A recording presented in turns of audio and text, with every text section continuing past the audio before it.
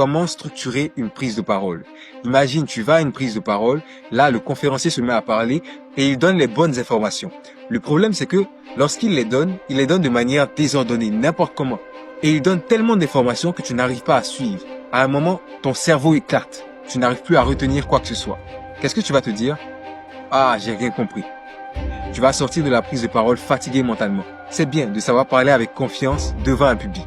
Mais si tu ne sais pas structurer tes idées, alors tu ne réussiras pas à donner l'envie à ton public de t'écouter jusqu'à la fin. Tu n'arriveras pas à captiver ton public du début jusqu'à la fin de ta prise de parole.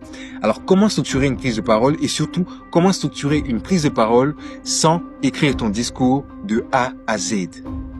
La première étape pour ça, c'est de tout simplement préciser son sujet et son public. Qu'est-ce que je veux dire par là? Tu vas essayer de clarifier le sujet de ta prise de parole.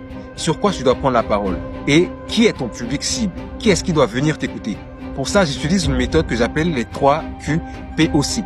C'est une série de questions que tu vas te poser et qui va te permettre d'en apprendre un peu plus sur ton sujet et sur ton public pour pouvoir adapter ton langage et pouvoir fournir les bonnes informations à ton public.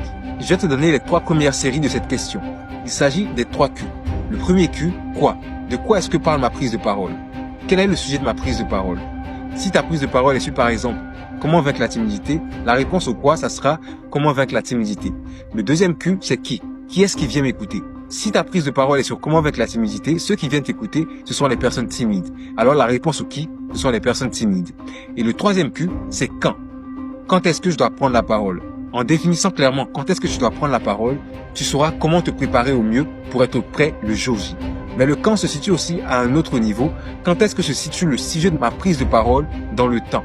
Maintenant, après avoir répondu aux 3 Q, il y a aussi les P aussi. Si tu veux en savoir plus, tu auras juste à cliquer sur le lien que je te mets dans la description pour télécharger ton guide « Comment parler en public, l'art de structurer ses idées et de les préparer ».